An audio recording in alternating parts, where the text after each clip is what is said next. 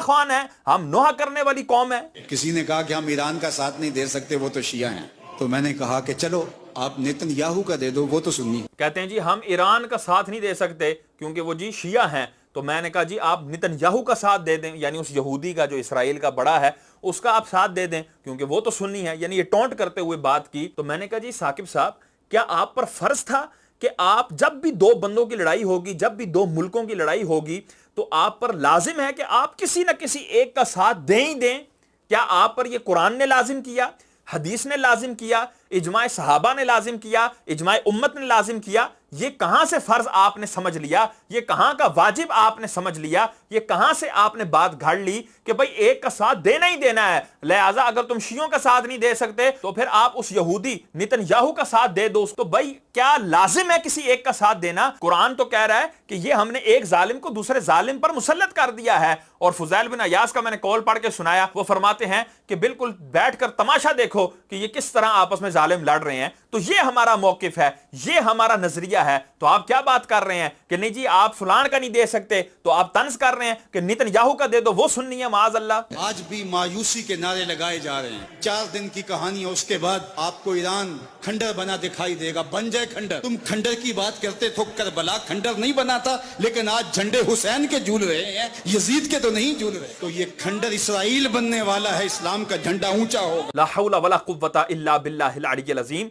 यहां पर देखें मजीद जो है वो शियों से अपनी मुनासबत, अपने कलाम की मुनासबत बनाने के लिए और शियों के दिल को खुश करने के लिए, उनके दिल को बाग बाग करने के लिए क्या हजरत कह रहे हैं? कहते हैं कि तुम ये कहते हो कि 4 दिन की बात है, फिर देखना ईरान खंडर बन जाएगा, यानी इसराइल जो है वो जब पलट कर वार करेगा तो उसको खंडर बना के रख देगा। तो फिर इन्होंने ये कहा कि देखो करबला भी तो खंडर बन गया था, लेकिन बाद में हुसैन का ही नाम रहा, बाद में हुसैन का ही झंडा जो है वो बुलंद रहा। यानी कि ईरान और करबला इनकी मुनासबत बयान की और ईरानी जो शिये मुर्तद हैं उनकी इमाम हुसैन से तशबीह देकर उनको एक जो है सर्टिफिकेट दे दिया, जो कितने अरसे से सुन्नियों से लेने को मरते थे फिरते थे कि भाई वो हमें सर्टिफिकेट दें कि हम हुसैनी हैं, हमारा किरदार इमाम हुसैन का किरदार है, हमारी जो जंगें हैं वो करबला की मिसल हैं, हमारे जो मकाम हैं वो मिसल करबला हैं। तो इस तरह के सर्टिफिकेट लेने के लिए वो फिरते थे और आपने जो है बड़े थोक के हिसाब से और बड़ी रवानगी के अंदर, अपनी लफाजी के अंदर जो है